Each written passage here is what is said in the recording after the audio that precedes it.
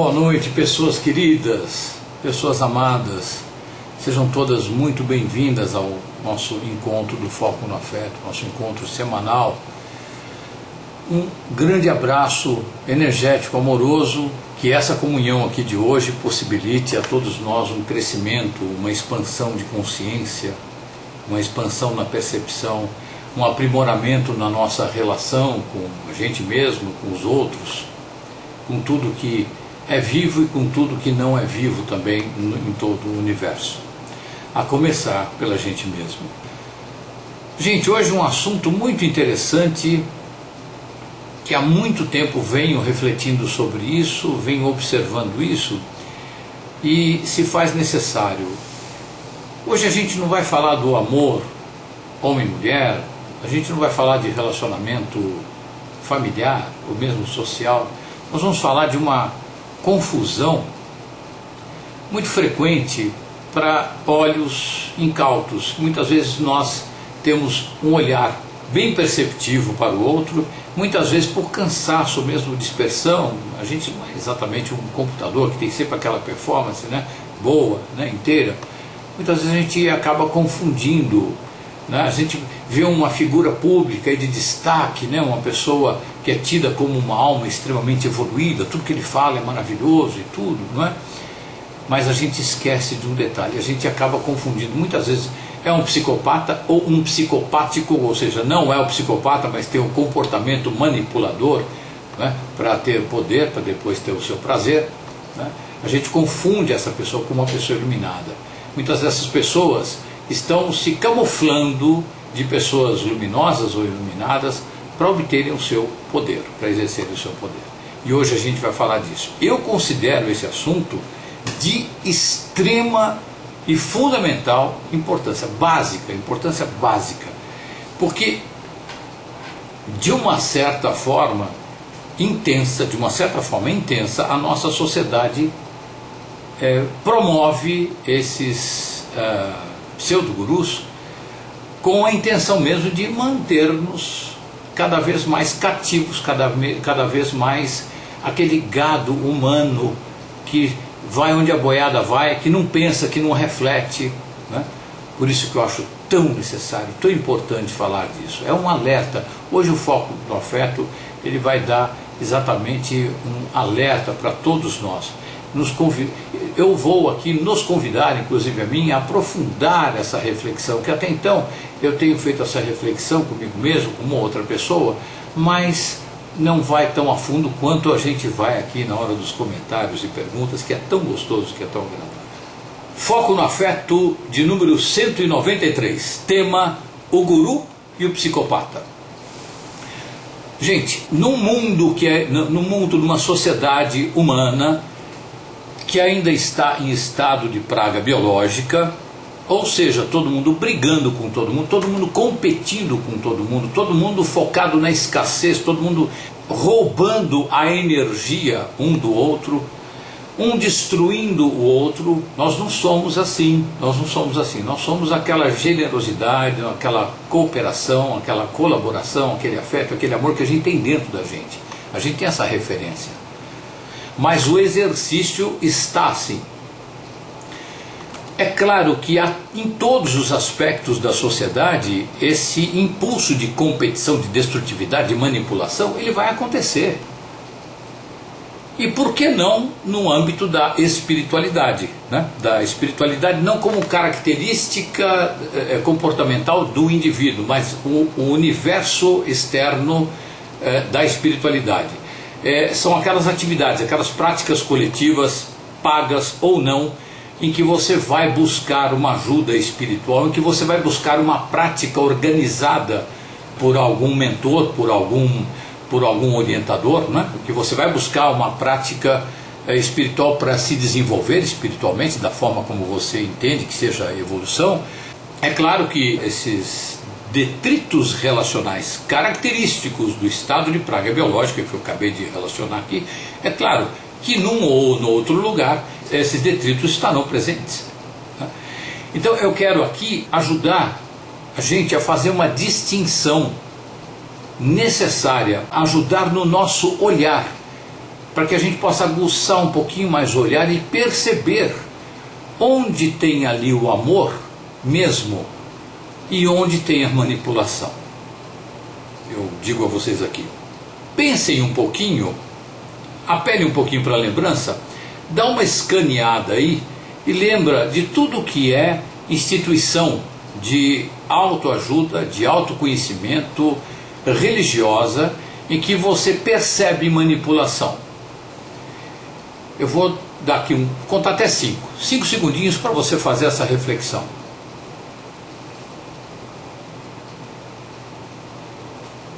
Não precisou nem 1 segundo, né?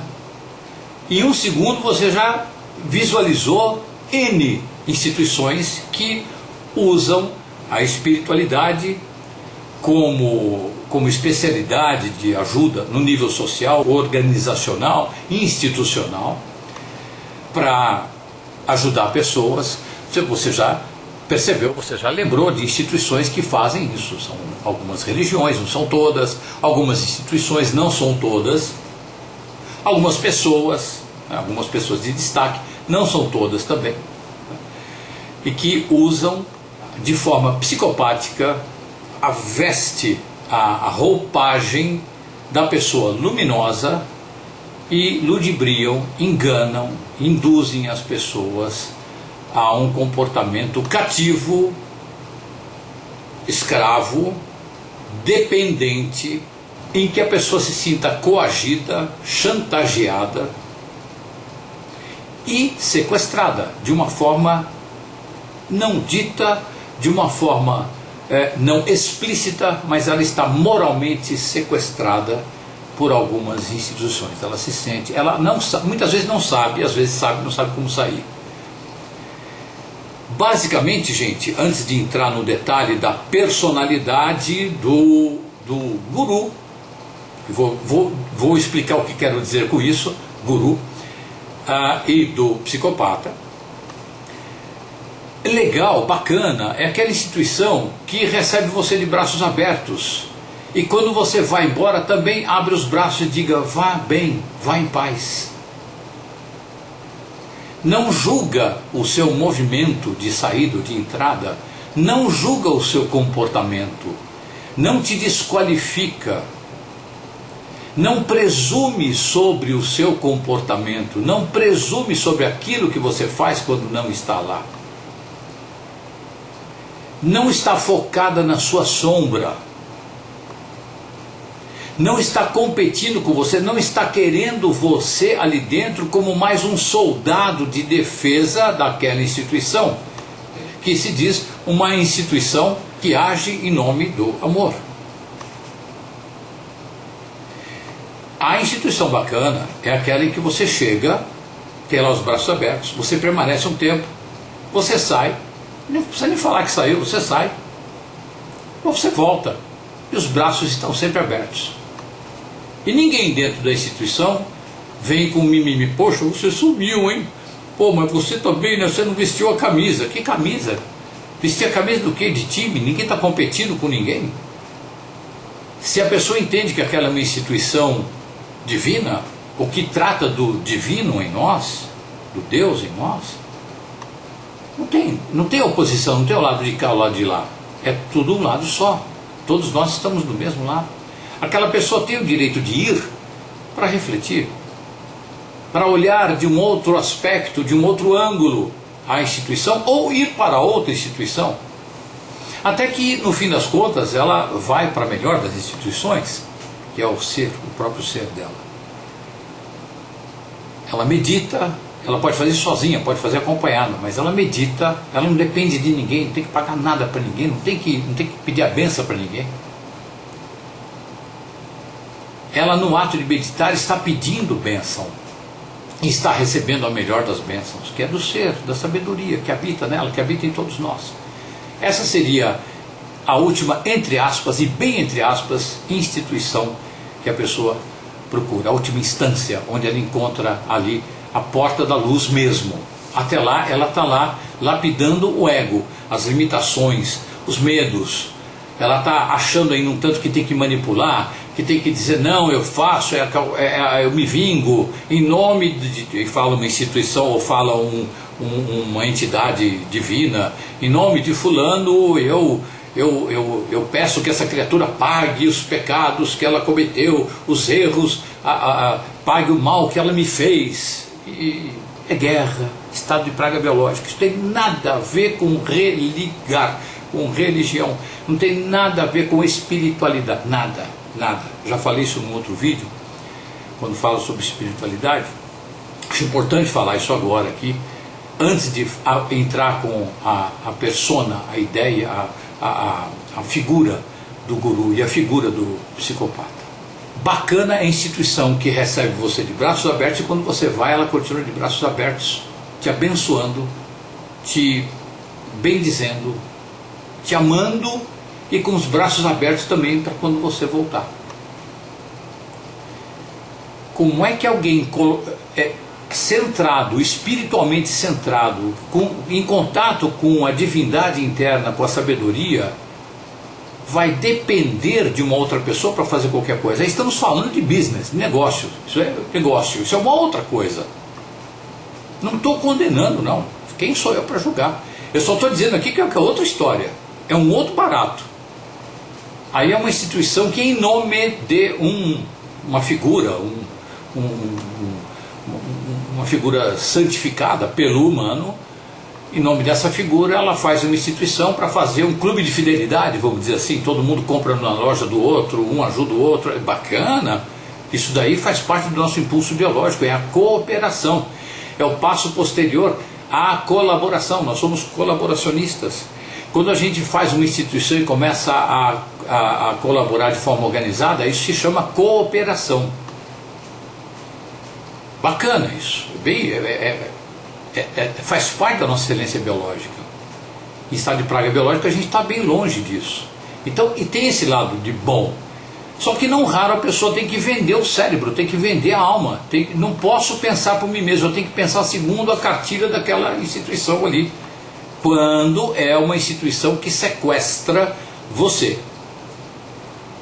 Que você entra, bom, os seus pensamentos, o seu conceito, a sua sensação, o seu hábito de questionar as coisas tem que ficar da porta para fora. Aqui dentro você tem que aceitar e viver segundo o que nós pensamos. Ninguém fala isso explicitamente.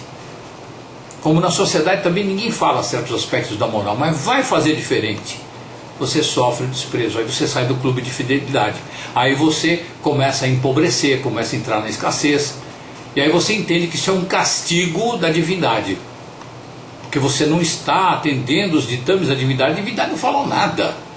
Alguém inventou que a divindade disse aquilo ali, meu Deus do céu, a divindade nem fala com a gente com palavras. Quando você faz uma meditação bem feita, que você entra em contato com o divino em você, com a sua essência, com a sua luz, essa luz não fala nada. E ainda bem que não fala nada, porque se falasse não seria luz. Quem fala é o ego, a nossa sombra. Ele é bacaninha, desde que ele se permita ser iluminado pelo ser. Aí, iluminado e comandado pelo ser, beleza, ele é a ferramenta em excelência. Agora, quando tem esse negócio de regrinha, de faz isso, faz aquilo, se você não faz como eu mando, isso é insegurança, isso é estado de praga biológica, é guerra, é poder. Quando o poder entra por uma porta, o amor sai pela outra. Para o amor voltar, o poder tem que sair. Ok, com isso eu encerro aqui essa que eu considero necessária exposição inicial sobre o ambiente em que acontece esta confusão entre guru e psicopata. Eu não estou dizendo que a confusão é generalizada. Tenho certeza de que muitos dos que estão aqui já não fazem mais essa confusão. Mas é importante a gente lembrar. Para quem já sabe, vai como um lembrete.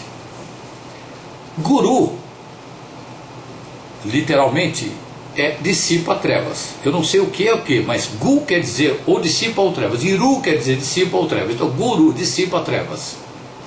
Esse é o significado da palavra em sânscrito. É aquele ser que atingiu um ponto de iluminação. Mas o que é essa bendita iluminação? É aquele cara que chegou num ponto, meditou tanto, ele está em contato tanto com a essência dele, que o ego dele já não vai mais na frente, não pilota mais o carro fazendo bobagem. O ser vai na frente, a sabedoria vai na frente, o ego fica quietinho e obedece, ele executa, ele é um executivo do ser. Esta criatura que tem já esta condição, somada a uma outra condição, ele aumenta, além de ser uma pessoa luminosa, porque ele passa a ser luminoso. Iluminado é o ego, porque a luz vem do ser e ilumina, incide sobre o ego está iluminado, mas esse ser é luminoso, essa pessoa é uma pessoa, a persona é iluminada, o ser é luminoso. A pessoa, quando chegou neste nível, e desenvolvendo, ele pode ter a vocação, a habilidade de ajudar as pessoas a saírem das trevas, a enxergarem a própria luz. São aquelas pessoas que ajudam você, de uma forma ou de outra, ajudam você a sair do equívoco, a perceber mais, a não ficarem tão... O ideal é sem, mas não ficarem tão regidas pelo ego. Aquela pessoa que pacientemente vai levando você pela conversa ou pelo acompanhamento, seja no que for, vai ajudando você a se desidentificar com o ego. Você se identifica sempre com o ego, mas não só com ele. Você passa a se identificar, de tanto que você tem contato com a luz, você passa a se identificar majoritariamente com a sua luz, com a sua energia, com a sabedoria. Entende que o ego, ele é um mero executivo, um mero e bom executivo. Ele não é piloto, ele não é o presidente da empresa, não, ele é executivo, ele executa. O ser manda e ele executa. Então o guru tem esta vocação, tem essa função. No convívio, ele vai ajudando as pessoas a tirarem o véu da ilusão e enxergarem a luz em si próprias, portanto, nos outros também. Então, isto é, por definição, um guru. O psicopata é a pessoa incapaz de sentimentos de empatia, de compaixão e de amor. É uma configuração física. A doutora Ana Beatriz Barbosa Silva, no livro Mentes Perigosas, ela relata que dois cientistas brasileiros, descobriram e comprovaram que a configuração do cérebro do psicopata é diferente. Ele não tem um lado do cérebro ativo, está lá, mas não está ativo. Ele tem a parte mais de trás do cérebro, que é mais reptiliana, é mais primitiva. Então ele é incapaz de compaixão. Não é nem doença, é uma configuração. Ele nasceu assim. Ah, mas por quê? Isso é uma imperfeição da natureza, isso é um absurdo, então a gente deve exterminar essas pessoas. Não, nada disso. O que é isso? Não. O psicopata, ele é um perigo no convívio social. Lá sozinho, na selva, tudo bem. É no social que ele tem essa como é que se diz? Ele representa esse perigo para as outras pessoas.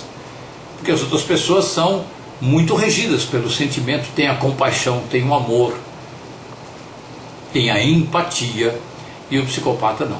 Mas então por que existe essa junção de psicopata do ponto de vista espiritual? Muita gente pergunta, por que a gente nasce no mundo que tem psicopata e que tem gente que tem sentimento e tem compaixão? O psicopata, ele me ensina a compaixão. Ele me ensina a compaixão. Ele apronta pesado. Basta você abrir os jornais, você vê volta e meia psicopatas agindo de todas as formas, diversos níveis. Tem o nível baixo, pequeno, leve de psicopatia, o médio e o grave, que são serial killers e tudo. O livro da doutora Ana Beatriz Barbosa Silva, ele é claríssimo. Vale dar uma lida no livro. Então por que a gente nasce num mundo em que tem psicopatas e não psicopatas? Porque a gente precisa conviver com esse pessoal para desenvolver a compaixão. E eles têm que conviver com a gente também para eles aprenderem a compaixão também.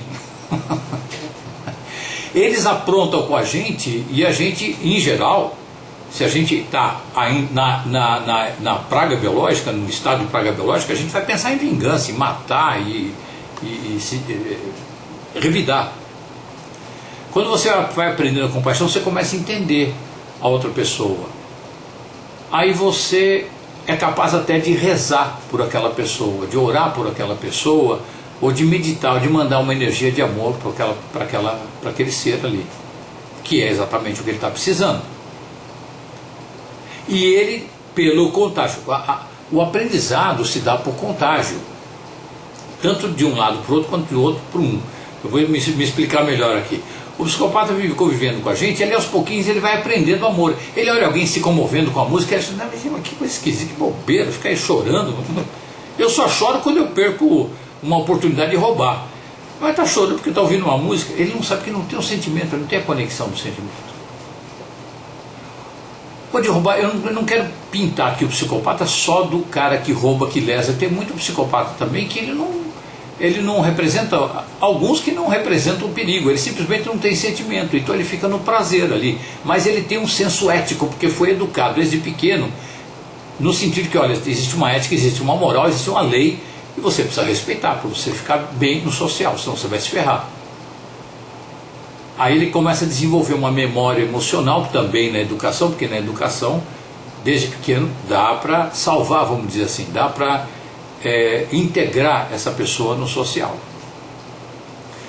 Muito bem, essa pessoa cresce, essa pessoa se desenvolve, ela vira um ser humano convivível, não é lesivo para as outras pessoas, mas mesmo assim ele acha estranho alguém chorando porque está ouvindo uma música, não tem essa percepção do sentimento. No convívio, com o tempo, ele pode ir aprendendo, ele pode ir ativando essa parte do cérebro. Isto é uma opinião minha, não sou psiquiatra, não sou psicólogo, não sou neurologista. É uma intuição minha, diria uma intuição espiritual. Acredite, se quiser, confira no seu coração. Tá? Eu preciso deixar isso bem claro, porque senão fica parecendo que eu estou falando em nome do livro da doutora Ana, e lá não tem isso. Isso é uma opinião minha, ok? É uma percepção minha. Posso estar equivocado e posso não estar equivocado. Posso estar meio equivocado, tá? Mas eu quero dizer que eu sinto que, como o ensino, a melhor didática acontece por contágio. Uma pessoa que é desafinada, por exemplo, não canta, você põe ela para cantar todo dia do lado de uma pessoa afinada, ela vai acabar cantando afinada. O aprendizado se dá por contágio. Então, há a possibilidade desse psicopata ir aos pouquinhos percebendo o sentimento nele, ativando aquele lado do cérebro que está desativado. Não é que não tem cortado o lado do cérebro, está lá, só não está ativado. Como também pode se dar o contrário. A pessoa não é psicopata, a pessoa é até generosa, amorosa, colaboracionista e tal, mas ela convive num mundo em que ela tem muita privação, ela não aprendeu a conviver com a privação, ela convive com o psicopata, ela começa a perverter o comportamento dela no sentido de se assemelhar ao psicopata. Então ela desenvolve um comportamento psicopático, não é psicopata, é psicopático. A diferença é que o psicopata, quando apronta alguma coisa, que pra gente é aprontar alguma coisa, ele não tem sentimento, ele não tem culpa, ele não tem compaixão, não tem nada. Para ele não foi nada, ele viu a pessoa lá machucada, estourada, ele não está sentindo nada, nada. Ele sente prazer porque ele conseguiu o intento dele. Se prejudicar a pessoa era a intenção dele. Porque ele faz isso, ele manipula para ter poder, para ter prazer. Então se no projeto de manipulação e de aquisição de poder ele tiver que prejudicar alguém fisicamente, ele vai fazer isso. Porque o fim dele é o prazer. É uma mente, como se chama, reptiliana, né? Então ele não tem como é que se diz, culpa, arrependimento, ele não tem isso. Já aquele que não é psicopata e está convivendo com psicopatas mesmo, e por estar lá acreditando na escassez, a vida dele é muito complicada, sempre passando fome, dificuldade e tudo, ele falou, bom, agora peraí, o negócio é guerra, então vamos guerrear. Aí ele começa a aprender o comportamento psicopático. Este cara adoece, porque ele tem a referência da compaixão lá dentro, ele está indo contra a natureza dele. Então esse cara vai desenvolver culpa, vai desenvolver, e todas as consequências da culpa, que não são poucas, doença psicossomática e por aí afora. Tá? É essa grande diferença. Então, delineado aqui o perfil de um guru, o perfil de um psicopata. Agora eu quero contar uma historinha, gente, do encontro de um general com um guru. O general é guerra pura. Se não era um psicopata, esse sujeito ele vivia o universo psicopático, que é da guerra, que é de matar em nome do benefício da nação, da liberdade da nação. Tinha toda a desculpa, vamos dizer assim, até nobre, honrosa. O peito de um general fardado é medalha e medalha e medalha. Cada medalha ali, eu não sei quantos rios de sangue representa. É muito louco. Então, na Índia tinha um guru chamado Ramana Maharishi. Compre os livros dele. Quem escreveu foi Paul Brunton. Paul Brunton. Esse Paul Brunton, parênteses aqui, ele foi mandado por um jornal da Inglaterra lá para a Índia. Esse era um repórter, foi mandado lá para fazer uma reportagem sobre esse guru, para denegrir o guru, para acabar com o guru, desmoralizar esse guru. Porque diziam que ele levava o homem à autorrealização e tudo, e na Inglaterra o pessoal percebia que estava fazendo a cabeça das pessoas, estava incomodando. Então esse Paul Brunton foi para lá. Ele passou uns dias lá fazendo as matérias, entrevistas e tal, ele acabou virando discípulo do Ramana Maharishi. Ou seja, não deu certo o projeto de denegrir o cara. O próprio repórter ficou discípulo dele. E graças a esse repórter que a gente tem praticamente todos os livros interessantes, legais sobre o Ramana Maharishi. Então conta o Paul Brunton num dos livros dele que na Inglaterra o Ramana Maharishi tinha fama de dizer se um homem estava autorrealizado, tinha atingido a autorrealização. Só lembrando aqui, gente, o parênteses, autorrealização, autoconhecimento. Eu estou me conhecendo, eu estou me percebendo, eu estou pleno de mim mesmo, do meu ser. Meu ego está quietinho, meu ser atua e eu vou pela intuição, pela sabedoria. Isto é autorrealização. Mas a leitura do povo em estado de praga biológica sobre autorrealização seria o cara que conseguiu tudo, conquistou o mundo, eu tenho todo o poder do mundo.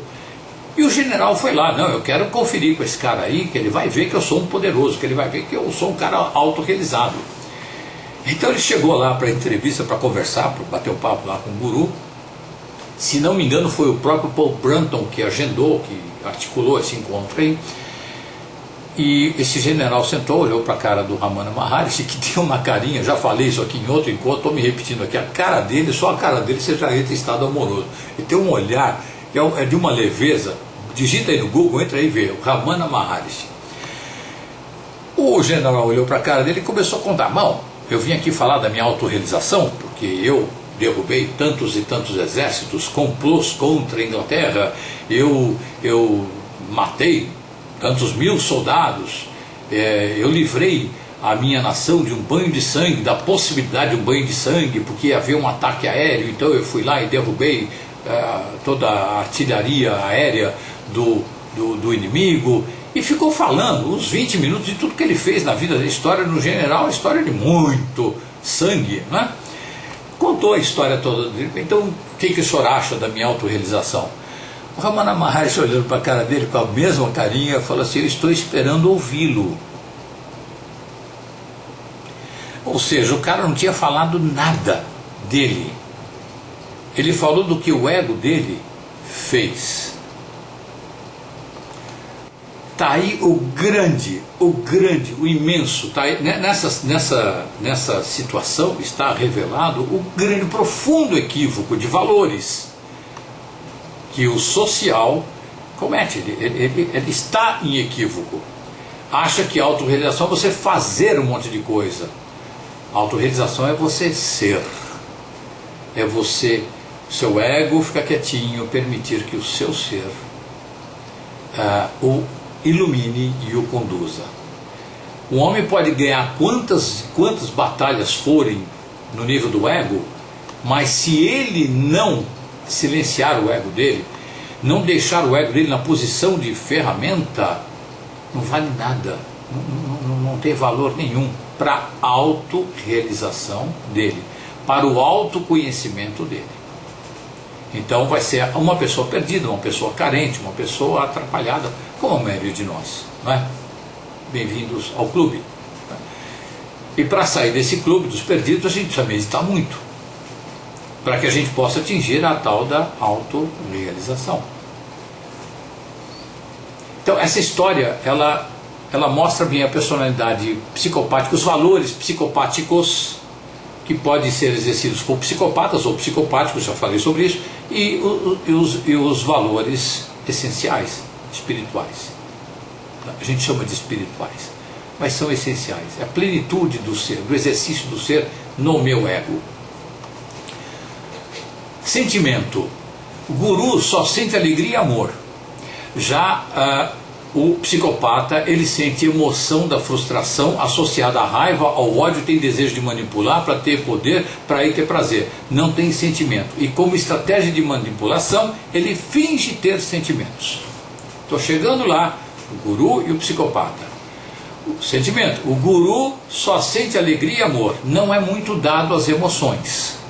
Porque a emoção já é fruto de desejo. Desejo, como fala o nosso querido Osho, desejo é uma necessidade que enlouqueceu. Então, um ego disciplinado, ou seja, um ego que está no lugar dele, não é disciplinado no sentido de obedecer, dedo na cara do ego, de repressão, não é isso não. O ego que reconhece, olha, eu sou isto aqui, eu sou só um operário, eu vou cumprir minha função. Né? Este ego, ele nem vai desenvolver desejo, ele sente fome, ele vai consultar o chefe. Então medita aí, meu, porque estou com fome. Aí o cara medita e vem a solução. Nem que a solução seja esperar mais um pouco, porque não tem comida agora, então não é para ter comida, está tudo certo como está. Mas essa sabedoria, quando o ego permite, essa sabedoria vem trazendo alegria, não o sentimento de privação, não a sensação de privação. A grande diferença é que o ego, quando não tem o que comer, ele vai ficando nervoso, vai ficando atrapalhado, vai ficando com raiva, com ódio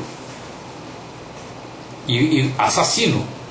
Já quando está com a sabedoria está ali iluminando o ego, a sabedoria indica, olha, a comida é só daqui a 5 horas. E está tudo bem, você não vai morrer de fome. Não é esse texto que eu estou falando, é a sensação de plenitude. Aí o cara convive com essa fome, está tudo bem, ele sente que não vai morrer. E nem será prejudicado por isso. Essa diferença é fundamental. O psicopata sente emoção da frustração, já é emoção, é o desejo, que é a necessidade que enlouqueceu. A emoção é isso, quando eu tenho desejo, eu tenho emoção. O psicopata sente emoção da frustração associada à raiva, ao ódio, tem desejo de manipular para ter poder, para daí ter prazer. Não tem sentimento, e como estratégia, aí entra a história. Ele finge ter o sentimento. No universo espiritualista, existem pessoas iluminadas e tem aquelas pessoas que são intuídas, né? Tem as pessoas que são iluminadas pelo ser e as pessoas que são intuídas. Aquelas iluminadas estão o tempo todo ali iluminadas, são as pessoas que já transcenderam. Eu costumo chamar de pessoas luminosas. Ela já está na excelência, ela chegou a ser, o ego já está quietinho, né? O ego, quando a pessoa não atingiu quando a pessoa não atingiu essa soberania do ser sobre o ego, a pessoa tem momentos de iluminação, tem momentos de intuição. Esses momentos vão aumentando na medida em que a pessoa vai meditando cada vez mais. E aí chega uma hora que ela está a pessoa luminosa, né? Existem pessoas luminosas, que são os gurus, os avatares, pessoas cujo ego não está no comando, pessoas que são comandadas pela luz dos seus seres. Os egos são apenas executivos da sabedoria interna. Olhos pouco perceptivos muitas vezes confundem um guru com um psicopata, ou um psicopata com um guru. A olhos pouco perceptivos, eles se parecem um tanto. Olhos pouco perceptivos, veja bem o que eu estou dizendo. Pessoas que têm pouca percepção. Porque o guru não tem, ele não exerce mais emoção, ele já transcendeu a emoção. Então parece que ele não tem emoção, parece que ele não tem sentimento, mas ele está em harmonia. E o psicopata não tem o sentimento. Ele tem a emoção do poder, que ele disfarça muito bem, do desejo de poder, que ele disfarça muito bem da presa, que sou eu, é você, enfim, quem ele cismar. Um olhar mais sensível vai perceber a diferença de longe, vai notar de longe, vai notar a diferença entre aquele que é de fato o luminoso e aquele que é o psicopata ou psicopático. Porque esse pseudo-guru, ele pode não ser um psicopata, ele pode ser um psicopático. Ele entrou no mundo espiritual porque ele viu, não, aqui eu posso ganhar dinheiro, aqui eu vou fazer dinheiro. Então ele usa a filosofia de guerra, de estratégia de marketing de guerra, um marketing agressivo, destrutivo, porque tem um marketing também da luz, tem um marketing que você não denigre ninguém, você mostra o que você é. Mas tem aquele marketing pesado de competição, de denegrir de uma forma muito velada, né? Então o psicopático pode fazer isso, assim como o psicopata também.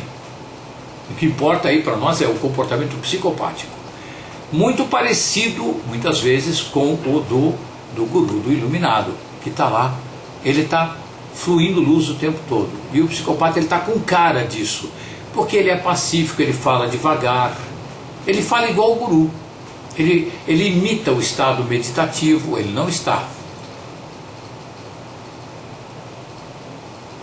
Um olhar mais sensível vai perceber a diferença de longe entre o psicopata e esse guru. No olhar do ser luminoso tem amor, tem compaixão e uma serena alegria. No olhar do luminoso tem compaixão, tem amor e uma serena alegria. O olhar do psicopata ou psicopático não tem amor nem compaixão, tem apenas uma disfarçada e sórdida alegria por estar manipulando, adquirindo poder para viver o prazer. Ele está fazendo o jeitão, ele está fazendo o tipo, ele está competindo. No universo, meu Deus, no universo espiritualista, quem é de competição já tá na vibe psicopática, já está no comportamento psicopático. Pode não ser um psicopata, mas está agindo como tal. Só que esta pessoa, quando faz isso, ela adoece, quando ela não é psicopata, porque ela está ferindo a natureza dela sem perceber, porque ela está lá na disputa,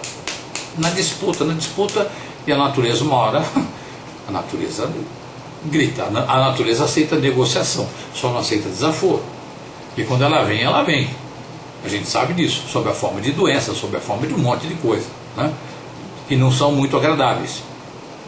O psicopata te convida para a guerra, inclusive guerra santa. Aí eu falo daquelas instituições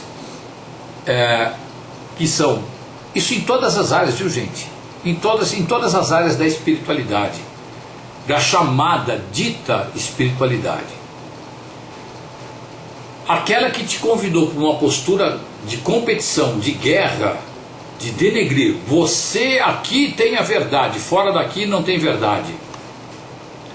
Se você lê o livro tal, você está na verdade. Se você não lê o livro tal, você está fora da verdade. Se você aceita essas regras que eu escrevi aqui, você está com a verdade.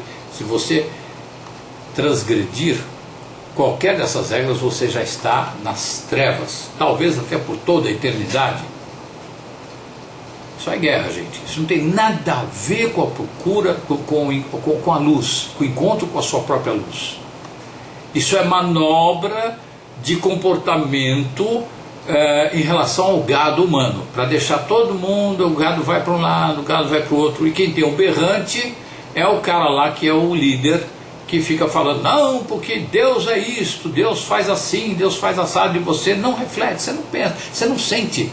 Mais do que pensar, você já não tem condição de pensar numa dessa, você é proibido de pensar, mais ainda você é proibido de sentir. Aquilo que você sente, se está diferente daquilo que está escrito, segundo o líder falou, isso daí são as sombras, as trevas falando em você. De repente a pessoa tem uma intuição bonita, tem uma visão bacana das coisas diferentes daquilo que foi escrito ali. Meu Deus, cada um é um. Senhor, cada um é um. Cada um, você vai ter uma percepção da divindade diferente da minha. Vamos trocar isso? Vamos conversar sobre isso? Como é que você vive a divindade em você? Conta para mim, o quanto possível em palavras. Nunca vai ser igual à meditação, mas o quanto possível em palavras. Eu conto as minhas. Essa troca. Você conta coisas completamente diferentes das que eu conto. Você vive coisas completamente diferentes das que eu vivo.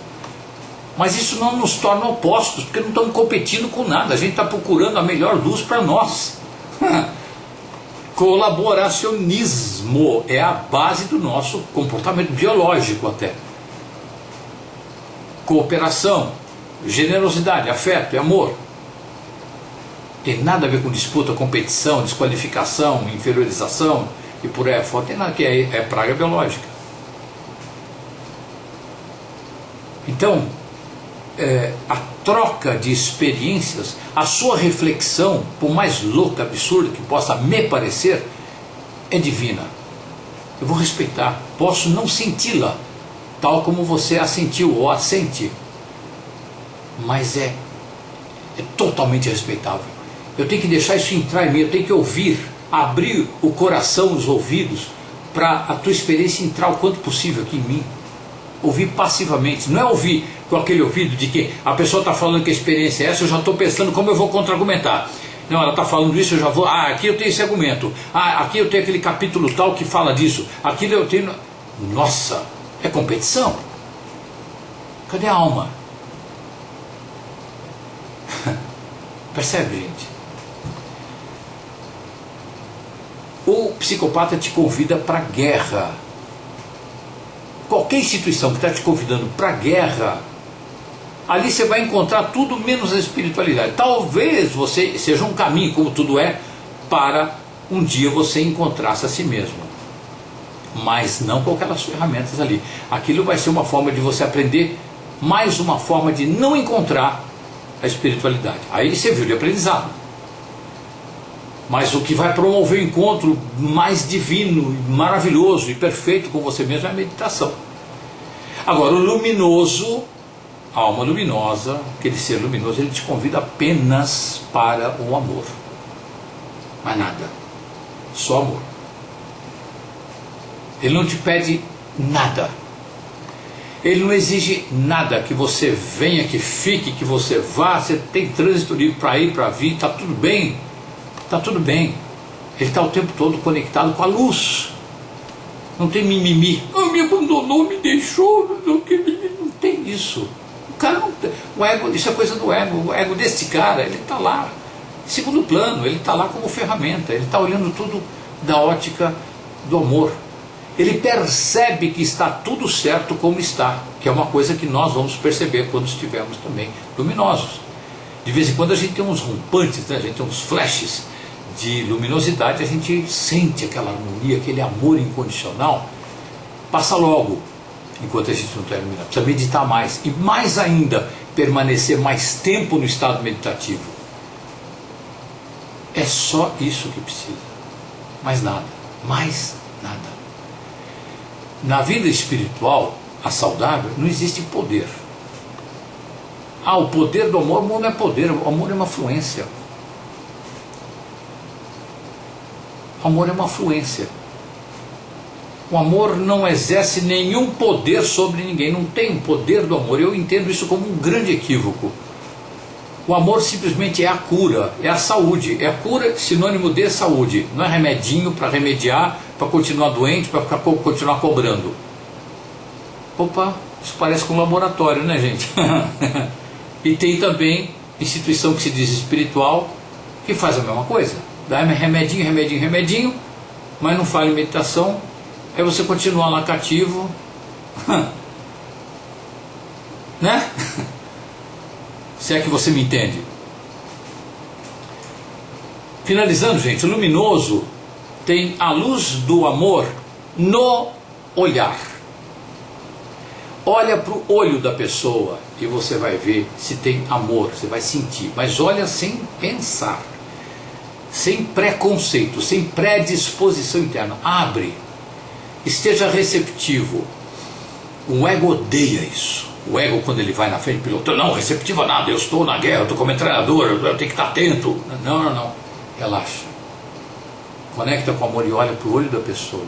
Deixa aquele olhar entrar em você. Ele vai entrar e vai sair. Se você não gostar, ele sai. Tudo bem. Deixa aquele olhar entrar em você. Aí você vai perceber se ali tem amor ou se não tem amor. O luminoso tem a luz no olhar. É no olhar que você vai perceber exteriormente um luminoso. Você pode perceber o luminoso também se você está meditando, se você está convivendo com essa pessoa. Você está em silêncio do lado dessa pessoa e você sente uma presença luminosa. Você pode sentir a distância, uma presença luminosa. Pode nunca ter visto aquela pessoa, mas você viu uma fotografia daquela pessoa, você sente a luz naquela pessoa, mesmo até sem olhar tanto no olhar. Depende da sua receptividade e da sua como é que se diz, da sua percepção, do seu nível de consciência. Então, nível de consciência mais abertura receptiva, aí você percebe a pessoa. Agora, se você olha no olhar da pessoa, pode ser numa foto, não numa foto específica, mas numa foto em que naquela foto vazou, saiu, está lá o amor naquele olhar. Pronto, aquela pessoa ali é luminosa. Você percebe que ela está num nível, ela chegou no nível luminoso. Aí você vai conviver com a pessoa, aí você descobre que aquela pessoa não está sempre luminosa, foi um flash. Tudo bem, ela tem a conexão com a luz. Vamos ver o quanto essa pessoa tem o convívio com a luz, e vou ouvir com a alma toda vez que ela estiver com um olhar luminoso.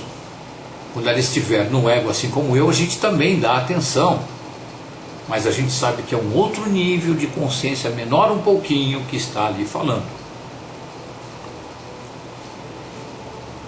É por isso, gente, que eu incansavelmente nos nossos encontros gosto de recomendar, sugerir respeitosamente, humildemente, sugerir que a gente, nesse caso aqui agora, mantenha muito foco no olhar, com muito foco no afeto. Focar no olhar da pessoa, focar no olhar da pessoa com muito foco no afeto.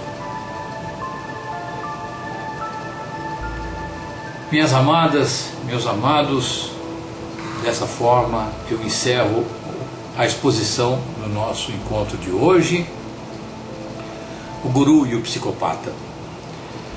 Vamos agora passar a segunda parte do nosso encontro, que é justamente o que nós precisamos mais praticar para termos um encontro bendito com a gente mesmo, com a excelência, não só biológica, a excelência existencial em nós mesmos, com a sabedoria, com a luz interna que cada um aqui tem, e que uma vez que o nosso ego, educadinho, quietinho, quando ele deixa fluir essa luz na meditação, e principalmente depois no estado meditativo, aí é só solução, aí é só alegria, aí é só amor. Vamos passar agora para a parte da meditação. Lembrando, a meditação é silêncio físico, silêncio emocional, silêncio mental. Silêncio físico é você ficar aí paradinho, quietinha, quietinho, não faz nada. Fisicamente você vai ficar parado. Silêncio emocional, você não vai querer nada, você não vai ter nenhum desejo, portanto você não vai ter emoção. E o silêncio mental, que é não pensar nada. É claro que com uma mente hiperativa, como nós temos no nosso cotidiano aqui, é muito natural que eu feche os olhos, me proponha não pensar nada, e vem um monte de imagens, de telas mentais.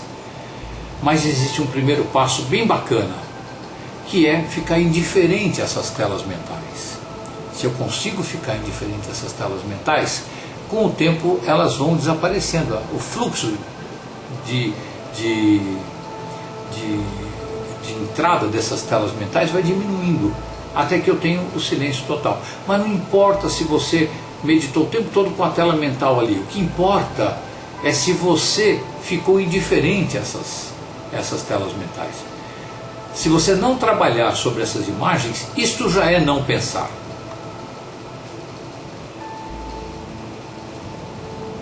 A nossa meditação aqui, ela é feita no silêncio, como é a meditação. Meditação é silêncio. Antes da meditação, a gente faz um relaxamento. 2 minutinhos, 2 minutos e meio, 7 frases que eu gravei para o alinhamento. Você escuta essas 7 frases, fazendo uma respiração diafragmática profunda e serena ao mesmo tempo, leve. Você vai ouvir 3 sininhos quando terminarem as frases. Esses 3 sininhos indicam que ali vai começar 3 minutos para você praticar, para você exercitar a meditação. Ao final dos 3 minutos, toca os 3 sininhos de novo, e aí nós entramos no estado meditativo. Você abre os olhos, não deixa a sua mente tagarelar, você mantém-se passivo. Nessa hora, olhos abertos, olhando em volta, olhando a tela, olhando qualquer coisa, você está passivo. O ser, a sabedoria vai te dizer o que é para fazer. Se é para tomar uma água, se é para dançar, se é para escrever alguma coisa, ou se é para não fazer nada mesmo. E faça o que a intuição disser, na medida do possível, na medida do saudável. Em geral, é sempre muito saudável.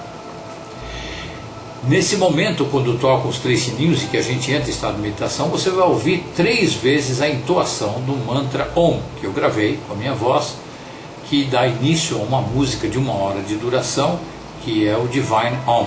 Eu toco aqui apenas 1 minuto, 1 minuto e meio, mais ou menos, para a gente aproveitar o estado meditativo. Em seguida, eu volto aqui para a gente, ainda no estado meditativo, emanar energia de amor dos nossos irmãos aqui no planeta Terra. Não tem momento nem estado melhor do que o momento do estado meditativo e o estado meditativo para a gente emanar amor para o que quer que seja. Então a gente aproveita para espalhar generosamente um pouquinho desse amor maravilhoso que a gente conseguiu, que a gente construiu ao longo da meditação. Um bom momento de meditação, um bom encontro consigo próprio para todos nós. Até já.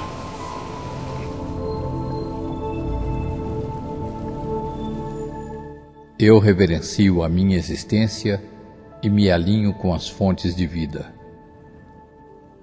Eu reverencio a minha existência e me alinho com as fontes de vida. Agradeço por viver sob a forma humana. Agradeço por viver sob a forma humana. Sou grato aos meus erros e a todos que erraram para comigo. Sou grato aos meus erros e a todos que erraram para comigo. Entrego-me inteira e unicamente aos mais puros sentimentos de alegria, de paz e de felicidade. Entrego-me inteira e unicamente aos mais puros sentimentos de alegria, de paz e de felicidade. Eu me sinto com a saúde e com a plenitude. Eu me sinto com a saúde e com a plenitude. Eu dou à relação universal a minha sincera generosidade em cada ato que pratico. Eu dou à relação universal a minha sincera generosidade em cada ato que pratico. Eu me amo incondicionalmente e assim o meu amor se reflete no amor a tudo e a todos. Eu me amo incondicionalmente e assim o meu amor se reflete no amor a tudo e a todos.